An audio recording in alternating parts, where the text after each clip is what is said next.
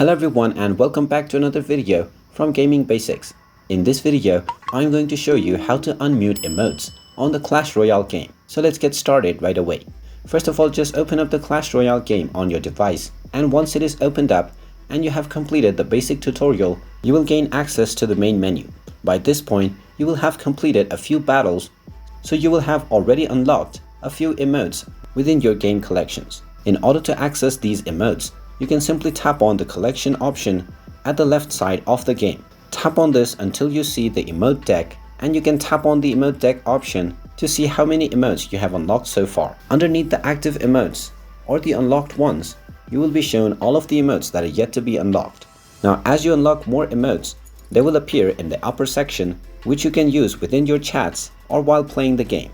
Now, if you wish to mute or unmute these emotes, then you will need to go back to the battle screen and then tap on the menu icon at the top right corner. From there, simply tap on settings, and from the settings page, tap on audio. Now within the audio settings, if you change the option for SFX, it will also change the volume or the sound effect for the emotes option.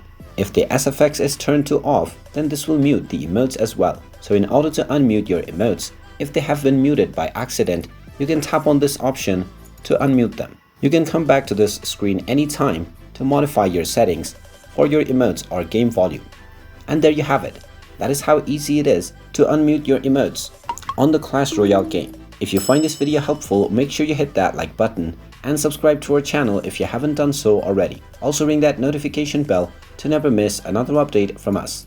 Thank you for watching, and I will see you again in the next video.